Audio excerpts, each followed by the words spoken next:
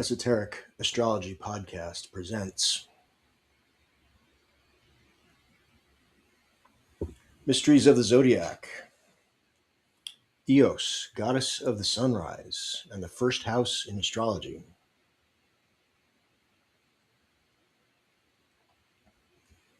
Astrology has a context problem. Greek sky mythology is never taught along with basic Hellenistic astrological fundamentals. This mythology holds a cipher to another layer of content. It literally unlocks the zodiac's true meanings.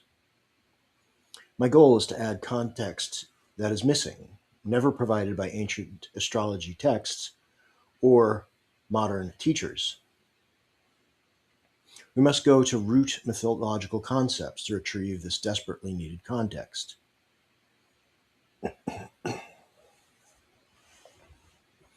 In my book, Venus in Virgo, Archetypes of Goddess Consciousness in Astrology, I make the case that the seventh house of the natural zodiac, the sign of Libra, is where Persephone emerges into the underworld, stolen by Hades. She marries the god of the underworld and becomes queen, and stays in the underworld for half the year.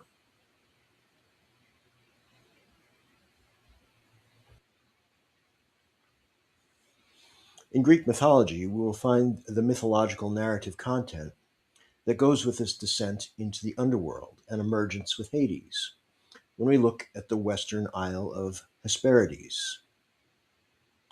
We will find the tree of golden apples that Gaia gives to Hera when she marries Zeus, the same apples that Heracles, whose name means glory of Hera, steals as a part of his 12 labors.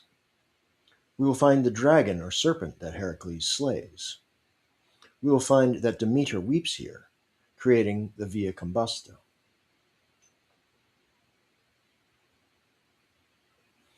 It also follows that when we look at the mythology of the sunrise, we will find something that corresponds to and mirrors this story of Persephone. The goddess who represents the sunrise is known by the Greeks as Eos.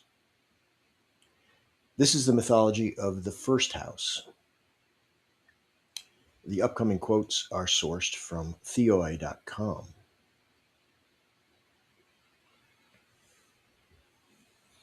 Eos, whom Aphrodite tormented with constant passion as punishment for sleeping with Ares, fell in love with Orion and took him off with her to Delos.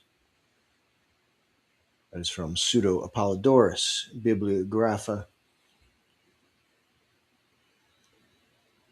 L27, translated by Aldrich, the Greek mythographer from the 2nd century of the Common Era.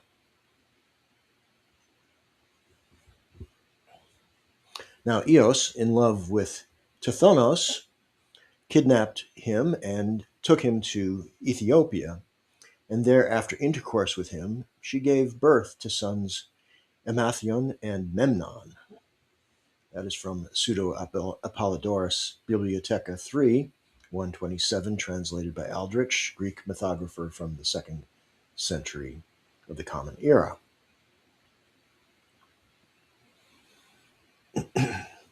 And to Cephalus, she, Eos, bared a splendid son, strong Phaethon, a man like the gods, whom, when he was a young boy in the tender flower of glorious youth, with childish thoughts, laughter-loving Aphrodite seized and caught up, and made a keeper of her shrine by night, a divine spirit.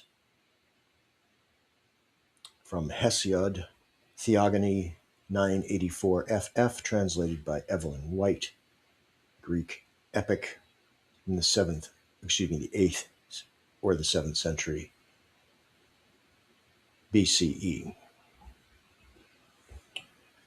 Mantius, the son of the seer Melampos, he begot Polyphides and Cleitus, but Eos, of the golden robe, snatched Cleitos away for his beauty's sake, to dwell with the deathless ones. From Homer, Odyssey 15, 250 FF, translated by Shuring, the Greek epic from the 8th century BCE. The pattern is quite clear.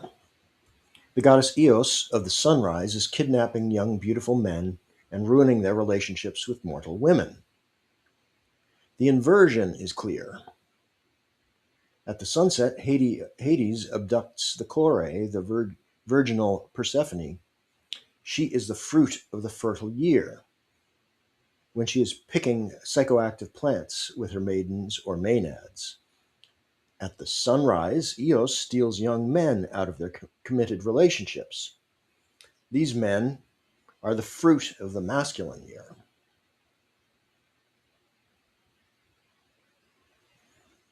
Returning to our basic house structure, the seventh house, metaphorically the sunset, is where Persephone enters the underworld in our natural zodiac. She's entering the infertile season, Libra through Pisces.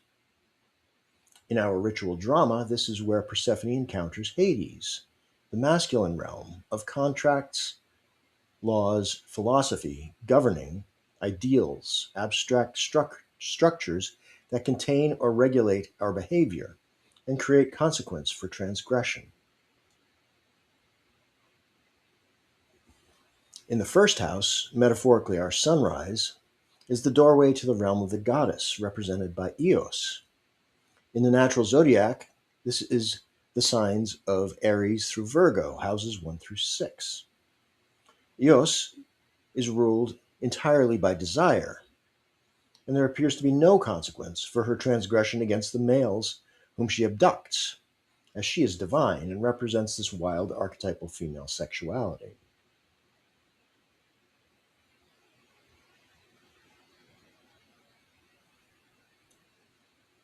Looking at this in a larger context, we can see that the life force itself is abducted into the seventh house, the sunset. Its form upon entry is feminine, wild and innocent, like Persephone.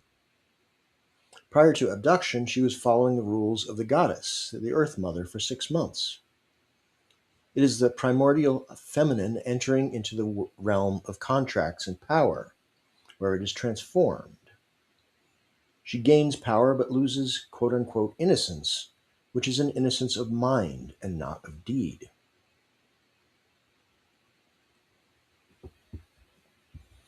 The life force enters the first house, the sunrise, in a masculinized way. It has been following a rules-based and rational paradigm in the realm of the sky god. The life force here is depicted as a male in the form of Cephalus, Orion, Tithonus, and Clytus et al., who are all abducted by a goddess who is ruled by libido, destroying the contracts and agreements made in the masculine world. Persephone, now male, enters this goddess-dominated world in the sign of Aries. The sun is exalted in the form of Eos.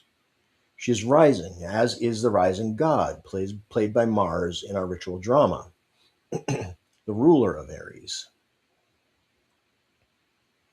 Hades, played by Saturn in the ritual drama of the Zodiac, brought Persephone into the underworld in Libra and entered her into a contractual agreement, marriage. Mars in Aries, by contrast, is not the marrying type. Saturn is in fall in Aries. His contracts are now irrelevant.